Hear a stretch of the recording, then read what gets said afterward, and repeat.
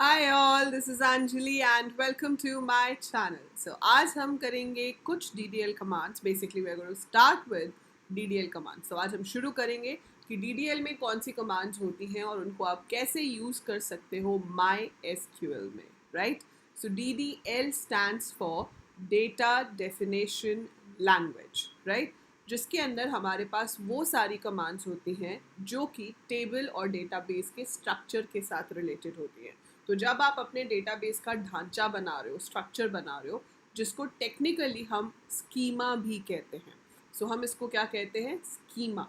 सो वो जो चीज़ आपके पास है उसमें बहुत सारी कमांड्स हैं। हम थोड़ी थोड़ी कमांड्स हर एक वीडियो में करेंगे। सो कोई भी वीडियो आई ट्राई कि 10 मिनट तक ही हो, ताकि आपको जो भी कंसेप्ट आप कर रहे हो वो अच्छे से समझ आ जाए और आप उसे अच्छे से याद रख सको।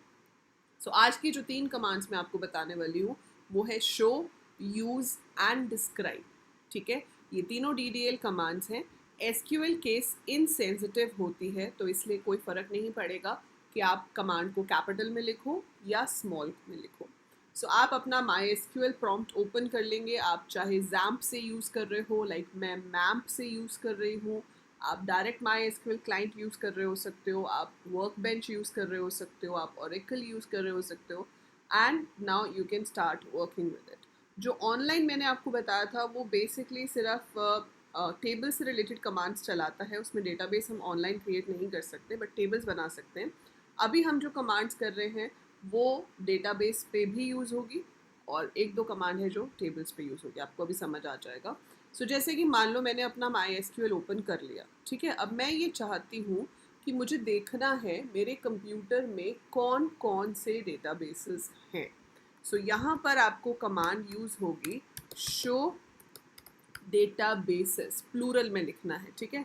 Show databases and press enter. So semicolon देंगे, एंटर प्रेस करेंगे। अब आप यहाँ पे देखोगे कि वो आपको पूरी लिस्ट ऑफ डेटाबेसेस दिखा रहा है कि ये सारे डेटाबेसेस मेरे कंप्यूटर में हैं। तो शो डेटाबेसेस लिखने से लिस्ट शो हो जाती है, नेम्स शो हो जाते हैं उन सारे डेटाबेसेस के जो आपके कंप्यूटर में एग्जिस्ट करते हैं। सिंपल कमांड, ठीक है। अब मुझे इसमें से किसी एक डेटाबेस में काम करना है। सो आई वांट टू सेलेक्ट कि मैं किस डेटाबेस में काम करूं। मान लो मैं स्कूल डेटाबेस में काम करना चाहती हूँ। सो उस डेटाबेस को ओपन करने के लिए आपके पास कमांड होगी यूज़।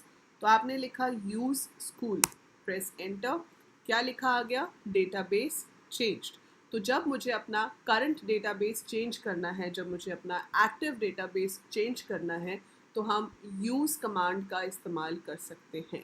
सो मैंने यहाँ पे लिखा यूज़ स्कूल, और उससे क्या हुआ, आपका डेटाबेस चेंज होकर स्कूल करंट डेटाबेस बन गया।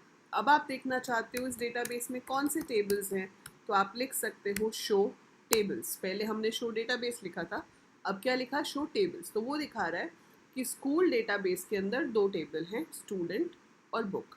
अगर मैं कोई और डेटाबेस यूज़ करना चाहती हूँ, जैसे मैंने यूज़ कंपनी कर लिया, तो फिर से डेटाबेस चेंज हो गया। आपने यहाँ पे लिखा शो टेबल्स, तो वो दिखा रहा है कि इसमें 2 टेबल्स हैं, डिपार्टमेंट और एम्प्लॉय। सो जिस भी डेटाबेस पे आप काम करना चाहते हो, पहले आपको उसे यूज़ करना पड़ता है ताकि वो आपका एक्टिव मतलब करंट डेटाबेस बन जाए, और उसके बाद हम उसके ऊपर कुछ भी ऑपरेशन परफॉर्म कर सकते हैं। शो टेबल से आपके पास टेबल्स की लिस्ट आ जाएगी। पर अब आप देखना चाहते हो कि उस टेबल में है क्या, ठीक है। अब है क्या या क्या हो सकता है, 2 चीज़ें हैं। एक है डिस्क्राइब। डिस्क्राइब पूरा वर्ड भी लिख सकते हैं हम, DESCRIBE, या फिर सिर्फ पहले 4 लेटर दैट इज DESC भी लिख सकते हो। आप देखना चाहते हो कि डिपार्टमेंट टेबल का स्ट्रक्चर क्या है। सो मैंने लिखा डिस्क्राइब डिपार्टमेंट। तो वो मुझे क्या दिखा रहा है कि इसमें मैं एक डिपार्टमेंट ID स्टोर कर रही हूँ और एक डिपार्टमेंट का नाम स्टोर कर रही हूँ, जिसका डेटा टाइप क्या है। डिपार्टमेंट ID में हम इंटीजर टाइप की वैल्यू स्टोर कर सकते हैं, मतलब होल नंबर्स। डिपार्टमेंट नेम में varchar स्टोर कर सकते हैं, ठीक है। ऐसे ही अगर आप यहाँ पे लिखते हो डिस्क्राइब एम्प्लॉय, तो यहाँ पर एम्प ID है, नेम है एंड डिपार्टमेंट ID है। वो इसके साथ साथ ये भी बता रहा है कि इसमें नल हो सकता है या नहीं हो सकता, कोई कंस्ट्रेंट्स हैं या नहीं। सो ये आपको धीरे धीरे समझ आएगा, but basically it is telling about the schema of the table, कि टेबल जो है उसमें कौन कौन से कॉलम्स होंगे, उनके क्या डेटा टाइप्स होंगे, उसके ऊपर कोई रिस्ट्रिक्शंस हैं या नहीं, वो आप डिस्क्राइब से देख सकते हो। इसे हम कहते हैं structure of the table. So describe command is use to show structure of a table. अगर टेबल का स्ट्रक्चर देखना है तो डिस्क्राइब कमांड होती है। अगर आपको डेटा देखना है तो आप लिखेंगे select star from M. So table company dot, अच्छा एम्प्लॉय पूरा है, सो एम कोई टेबल ही नहीं है तो इसलिए एरर आया।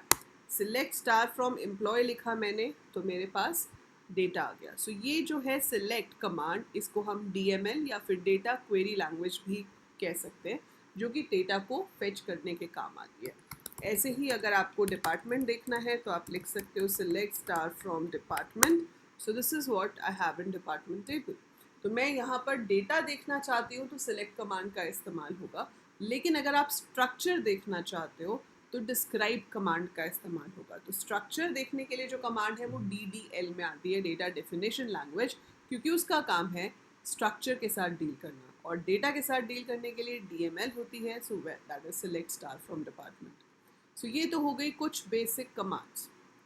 अब ये जो टेबल बना हुआ है, अभी तो आप देख रहे हो कि ये टेबल बना हुआ है, ठीक है, हमने देख लिया जी, हाँ ये ठीक है, इतने कॉलम्स हैं, ये डेटा टाइप है। बट ऐसा टेबल आप खुद से कैसे क्रिएट कर पाओगे? सो ऐसा डेटाबेस आप खुद से क्रिएट कैसे कर पाओगे? सो नेक्स्ट वीडियो में मैं आपको बताऊंगी कि किस तरह से आप एक नया डेटाबेस बना सकते हो और उसके अंदर नया टेबल बना सकते हो। सो डेटाबेस और टेबल कैसे क्रिएट करते हैं, that we will be doing in the next video. I hope आपको ये कमांड समझ आ गई होंगी कि show tables, show databases, use और डिस्क्राइब कमांड क्या करती है।